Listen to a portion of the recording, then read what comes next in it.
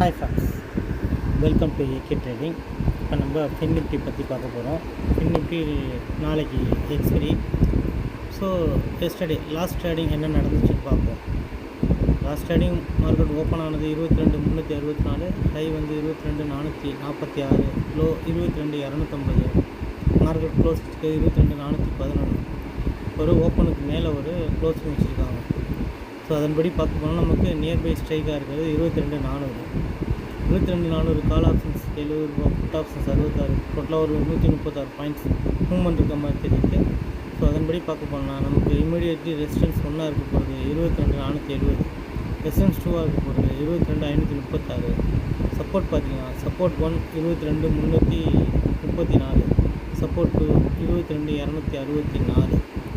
So நம்ம prediction படி இது ரெண்டுக்கும் மிட் பாயிண்ட்டாக நமக்கு இருக்க போகிறது 22,402.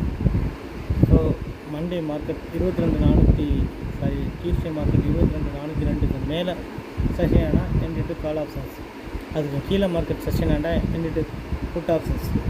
ஓப்பன் ப்ளஸ் மிட் பாயிண்ட், அதுக்கு மிட்டில் மாட்டிக்கிட்டுனா மார்க்கெட் சைட்வைஸ் மார்க்கெட் தான். ஸோ ட்ரேடை கொஞ்சம் அவாய்ட் பண்ணி வெளியே இருந்து வேடிக்கை பார்க்குறது ரொம்ப நல்லது. ஏன்னா ஐவி வந்து ரொம்ப கம்மியாக இருக்குது. ஸோ நாளைக்கு ஐவி ஏறினா தான் ஃபர்தராக மார்க்கெட் ரேலி ஆகிறதுக்கு சான்சஸ் இருக்குது.